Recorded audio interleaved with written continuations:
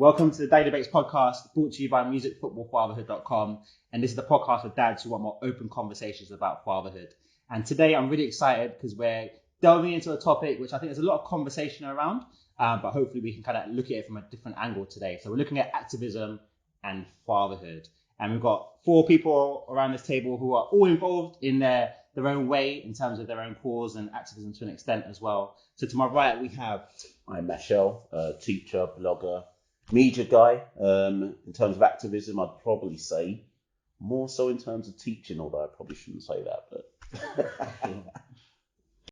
Hey, I'm Alec. I'm a tech nerd. I'm a day job, but outside of that, I run a project called Black and British. The idea is to for there to be a positive narrative around black people in the UK and to disrupt and change the mainstream narrative. My name is Elliott Ray. I'm the founder of Music Football Fatherhood. Really passionate about race. My day job is around race in government and fatherhood as well. So I do a lot of stuff around advancing the perception of modern fatherhood. But we've got a very special guest with us today, Adam. And Adam is an ex-police officer who now does a lot of anti-racism work. So thanks for joining us, Adam. Really, really glad to have you here. Thanks for having me. Tell us a little bit about we know you joined the police, you left the police. What made you join the police force in the first place? What was the thinking behind that? Do you know what? The reason why I joined and the reason why I left is broadly the same. And that was because I wanted to make a difference. I think that the difference between the two is I was quite naive when I joined. I had this view of if you want to make a difference, be the difference, go in and make a change from within. So I don't think there was a too much of a drastic shift in terms of like my politics and my ideology from joining to leaving. But I realized very quickly that I wasn't going to be able to make that impact from within, and that was why I left. But in terms of why I joined, it was, I grew up on a council estate in Southeast London, very diverse. And I mean, I've seen firsthand the difference in the way that I was treated to my friends growing up because of the colour of my skin. Do you know what I mean? My best friend Isaac, he's been stop and searched more times in 1 week than I have in my entire life. We're very culturally similar. We dress the same. We listen to the same music. We went to the same school. We work together. The only difference is he's a dark-skinned Nigerian black man and I'm white. So I saw that, and I really just felt like, that was going to be something to pursue. And how old were you when you joined the police? What did you... I left in 2014, and I'm now 33. So my first shift was the royal wedding. So when was the royal wedding? That was 2011. So it would have been like January, February 2011. So yeah, it would have been like mid-20s. Yeah. And so in terms of like in the police, what kind of things did you see around, there's lots of truths and narrative around institutionalized racism in the police force. What kind of stuff did you like see firsthand around race and around police officers and their bias and stop and search and that sort of stuff? I don't think I saw anything that I didn't, or that most people that have that experience don't already see from the outside. I think what it did do was it helped me to understand it a lot better. It helped me to understand the reasons why and the way in which that racism manifests, and the way that it not is encouraged, but the way that it develops and the way that it functions. I think where I worked, 95% of police officers don't even live in London, let alone in the area that they're serving. So they're working a really antisocial shift. Generally, they date within a job, they socialise within the job. So the only interaction that they ever have with somebody from a different race or a different culture or religion is if it's always within the context of crime.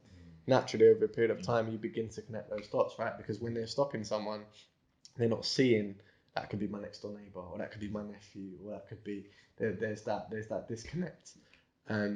So I think it helped me to understand the way in which it functions, and it also helped me to understand because I'm not separate from that. I mean, it's not I'm one of the good ones, and it helped me to understand the way in which good, well-intentioned people, which I would put myself in that category, hopefully, but good, well-intentioned people can still be a part of maintaining an oppressive system that produces racist outcomes, right? So when we talk about racism, it isn't just about individuals. It's not just about bad apples. It's about the whole apple cart being rotten. And you can take good apples and you can keep replacing them, but until you replace the apple cart, they're just going to keep rotting. So did you find, obviously, so you joined the police force to try and make a change from within. Was that possible? Did you find that you could actually impact processes or culture or the way people felt and acted?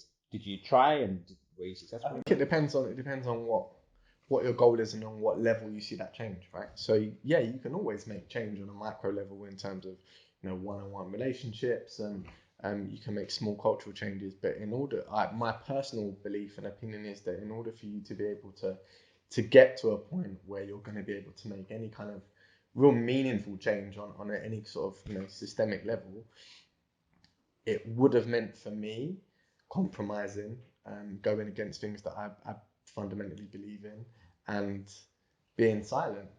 And that wasn't something I was prepared to do, but it also wasn't something that the people around me would have ever allowed me to do.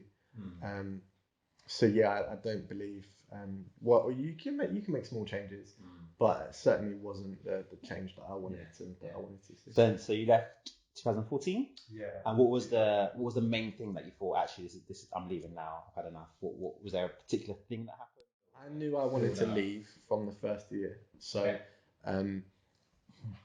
from when Mark Duggan was killed or murdered, and I saw the way in which police officers spoke so openly about that, and saw how that was handled from within, I knew from there that this wasn't where I wanted to be long term. I guess I began to see it maybe similar to you in terms of you maybe see your teaching as a form of your activism, right? It was like that was my activist space. That was where I was going to be able to kind of do some of that work. So I knew early on that this is not going to be a career that I'm gonna pursue. But I stayed, and I tried to do lots of different things and to get knowledge and to work my way up and figure out what was gonna be next. And I did 3 years and 11 months, so just under 4 years. Cool. And then decided this wasn't for me. And also that was partly because at that stage it was quite target driven, and I wasn't particularly bothered about response work. So response work is going out and dealing with 909 calls and blue lights, and it's all very like it's the fun stuff, but there's no satisfaction or fun for me in taking somebody's liberty away. I was much more concerned with, like doing safer neighborhoods work or doing work with schools and creating spaces for young people to kind of have positive interactions with police and stuff that wasn't about arresting people. I wasn't getting loads of arrests. I wasn't getting loads of stop and searches. So in terms of leadership, that's not real policing. And I just decided, well, if that's what I'm gonna have to do, then I don't want to do it. So Like so you left the police, and you're really vocal online about anti-racism work, which is really cool. Were you like that before? So before you went into the police, did you have the same kind of drive and the same views about racism before you joined the police, or was that something that came about in seeing how the system worked? a bit of both. So I had similar views, but those views have definitely developed and expanded through that experience. And I think that so I come from a background and environment where a lot of the people around me growing up were involved in activism, and I kind of saw all of that stuff going on, right? Like I grew up in Deptford near New Cross. You've got the New Cross fires and the Lucian Black People's Day of Action, and so there was this rich history of activism in my local neighbourhood that I was kind of seeing, and neighbours that were involved in that. So I definitely kind of had a foundation, but yeah, that's something that developed in my time. Can I just jump in for a second? Yeah, sure. Would you say you grew up in a multicultural Did you have a multicultural experience growing up? Would you consider yourself living in a multicultural experience now? But then I'll answer the question afterwards. Yeah, I had a very mixed experience growing up, so very privileged. I grew up on the edge of the Peeps estate in Deptford, which is a very multicultural estate, very deprived. But I grew up in a house on the edge of the estate in an all-white family. You know, never had to worry about not having electric or not having food. But I was, in terms of proximity and in terms of my life experience, I mean, when my mum and dad were at work, I was out on the estate with everyone else getting up to badness. Right? So when you joined police, the police, I should say, you should say the police, were you worried about the perception? Okay, fine. That was intriguing to me. That's why I had to jump in. No, I wasn't worried about the perception because I think I made the very intentional decision. I wanted to police where I lived. Right. For two reasons. One, because this is where I live. I'm invested in this community. I care about this community. That's what this is about. And two, there's accountability, because you can't move mad in uniform because you're gonna bump into someone, on the weekend in Tesco's that you may have dealt with the day before. So there's an accountability that came with that. So most people, I've lived there my whole life, like literally every day of my life. So they knew who I was and I knew who they were. And there were people that weren't on board with it. There were just as many people that were and understood. But I never had any issues. So sorry to cut you. So didn't that make it awkward in your environment, yeah? Because you know that there's a certain type of code, especially in places like Deptford, that people do not work alongside the police. So if you're in that area, didn't that make you feel a certain type of way? And also, didn't that make you lose maybe your relationships with your friends and things like that? I think it would have had I been younger. But by the time you get to for me, in terms of my experience, by the time I was like 25, 26, I was already out of all of that. Do you know what I mean? In terms of like not being able to go certain places and certain codes and stuff, like we were all like we'd grown up by that point. So it was like it wasn't as much of an issue as it would have been if maybe I'd gone in at like 18, 19.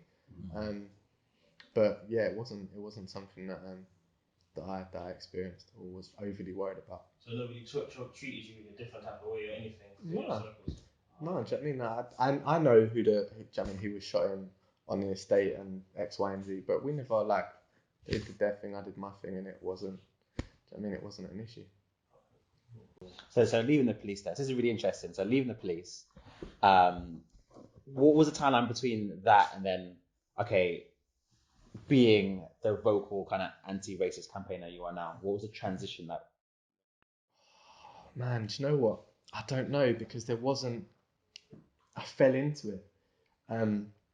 There was an article written, maybe in The Guardian, it was an open letter, a guy called Richard Wharton, who was the head of counter-terrorism, and a police officer had been killed, and he'd written an article about this being a dark day for British society. And I read the article, I found some of it quite distasteful, and I wrote an open letter in response, which, basically said, I agree, and I'm pleased to hear your sentiments about the death of this police officer. I wonder if you also share the same feelings with regards to the 1,500 people that have been killed in Britain since 1990 at the hands of the police. And I wrote that open letter, I put it out, and it just went viral. And then off the back of that was when, I had loads of different people contacting me in terms of like doing interviews and stuff like that. And that was when I then had to really start thinking and giving it serious thought and consideration of, all right, cool, how do I do this? How do I manage it? It was at a similar time where Black Lives Matter had just begun to take off here. I think Black Lives Matter had taken off in 2014, before I'd left, like the summer that I was still inside. And I'd already kind of been involved in some stuff around BLM and out sort of protesting there. So I had to really decide: do I want to stay within the police, or do I want to go down that route? So you were still in the police when you wrote that? I was still in the police when wow. BLM took off, and I'd already kind of been involved in some of that, and I had to decide, because there's a photo of me somewhere in uniform holding a placard that says Black Lives Matter, which they weren't very happy about. But it was what it was, and I had to make a decision, and that was the decision I chose. Okay, cool. So we had a really good conversation yesterday on the phone about intentions and people questioning your intentions, because, like, as we know, like, being an activist online, being vocal about a variety of issues, it can garner you a lot of attention. It can raise your social currency, access to space, you get paid for it through talks or whatnot. And you said that, you know, obviously you're a white man in, like, fighting racism, specifically from what I've seen anyway, against black people, but I'm sure other races too. So do you feel like your intentions are ever questioned about, like, why? Because I guess seeing a black person that's vocal about black issues, I don't think you really have to question their intentions. You understand it's their identity, yeah. Whereas when it's someone from who's a different race, and you could look at it through sexuality as well, because if there's a man that's really fighting for women's rights, same could apply. So do you feel like, being a white person, you get questioned about your intentions, about why you do the work you do?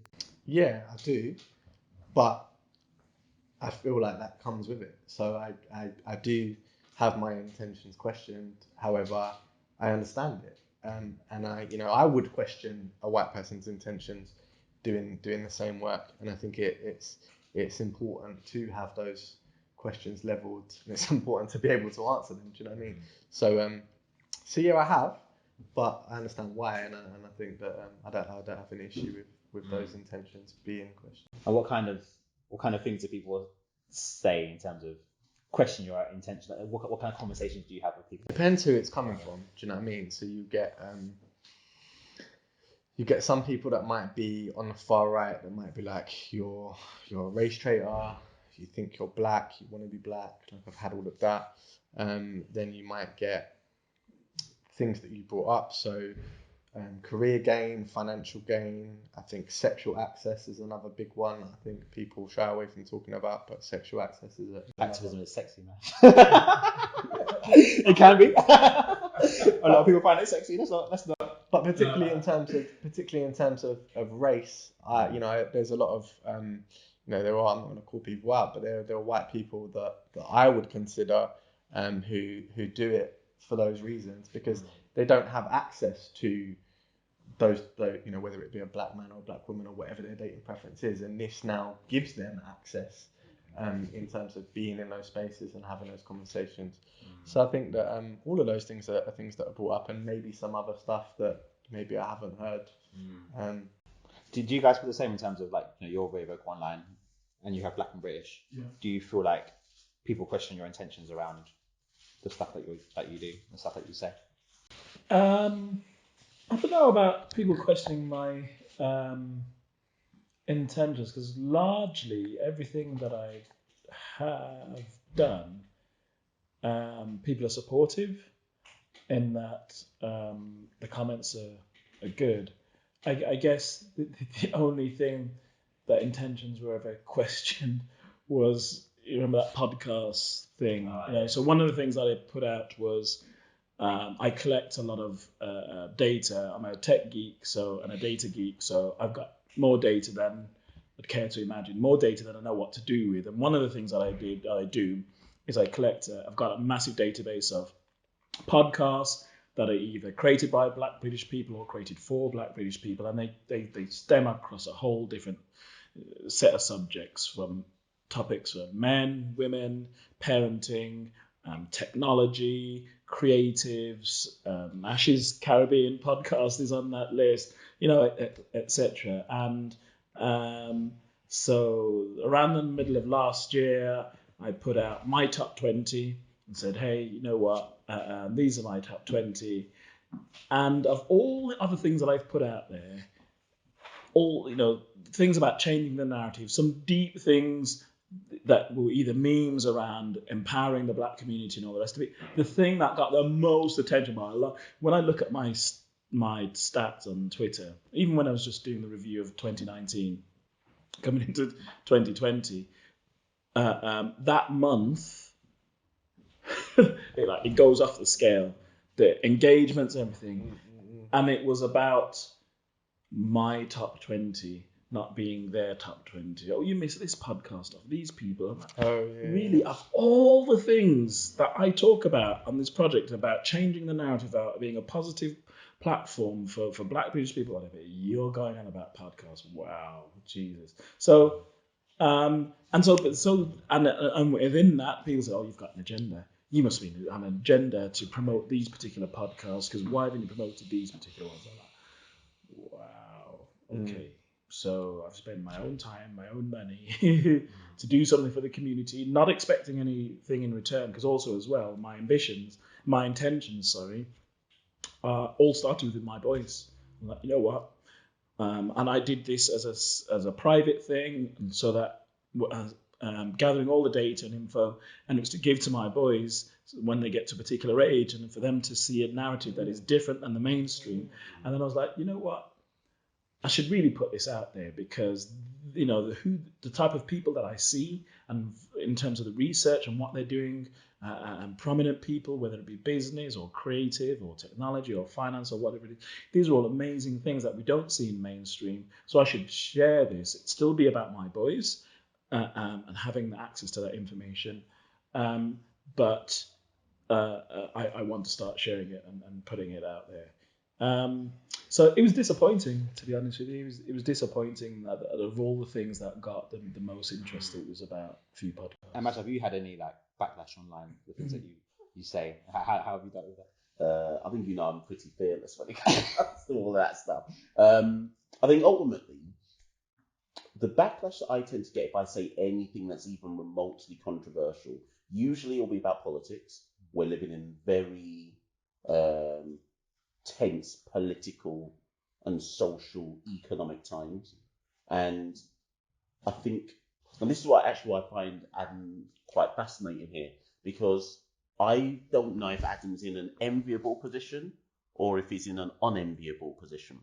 So there are things that I would say, for example, about, let's focus on race. There's things that I would say about race, and I've got a lot of people who know me from my youth, or people who somehow jumped into my ads, who, for whatever reason, I've somehow ended up on their timeline, who will sometimes hint at, sometimes openly suggest that I'm playing some kind of card.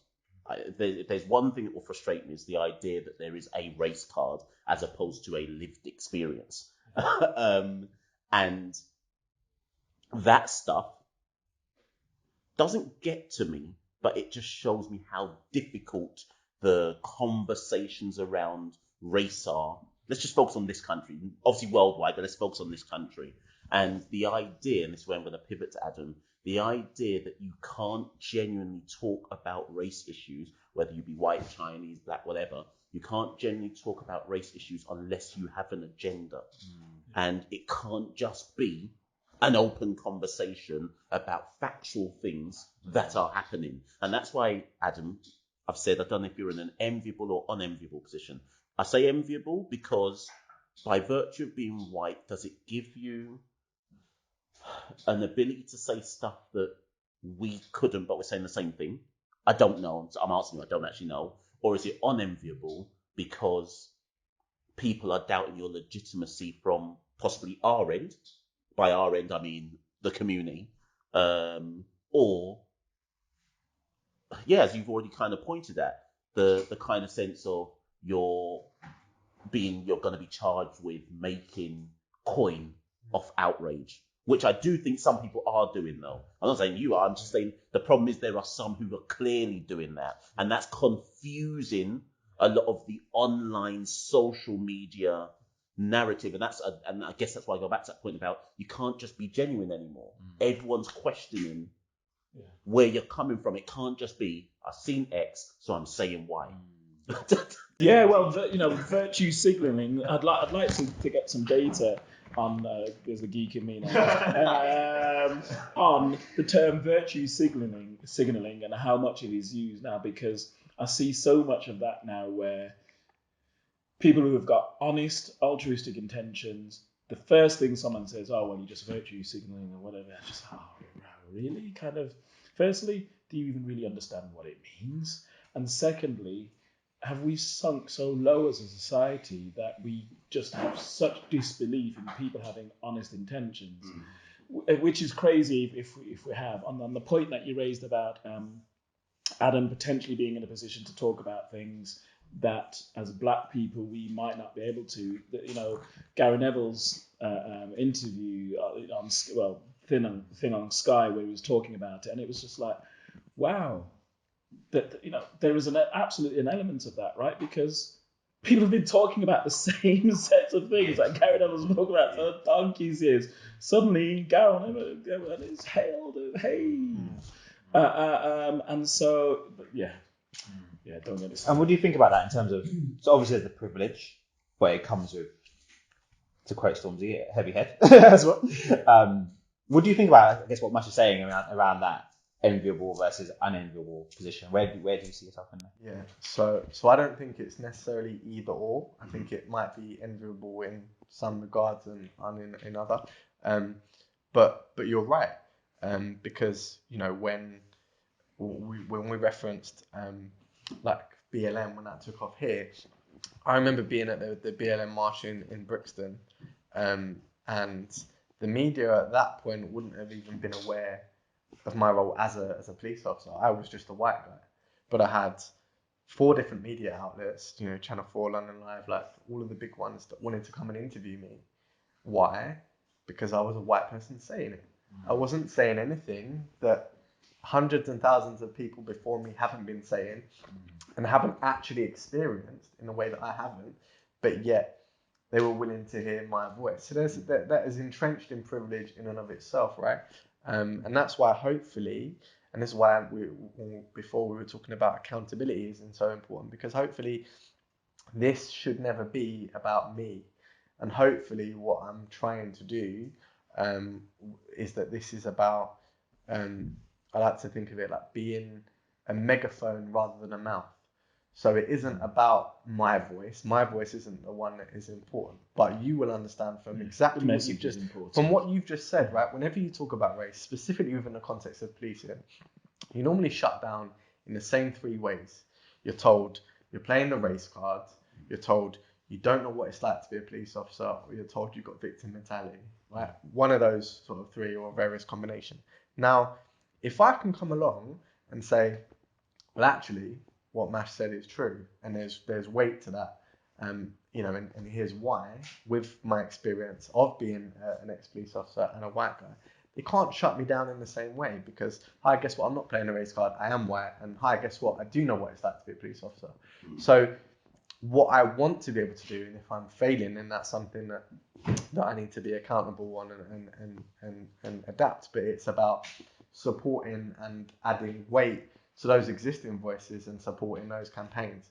It should never be about me or my voice, because it isn't my experience. But I also fundamentally believe that the responsibility for addressing these issues should not fall squarely on the shoulders of those that are the victims of that experience, right? And me, as a straight, cisgendered, able-bodied white male, with the exception of class, I pretty much exist within every top category of privilege there is, right? So most of the time, in terms of you not having your intentions questioned, right, you're fighting for issues that affect black people or black men. It's easy to see why, because you are a black man and you're affected by that, right? So, but people will look at me and be like, well, why are you fighting for this? Because this is not your experience and you're not affected. But the point is so it's like, well, one, what am I supposed to fight for then? Am I going to go out on the picket lines for working class white men? Because that's, I mean, with all due respect, I don't feel like that's something that needs to be done.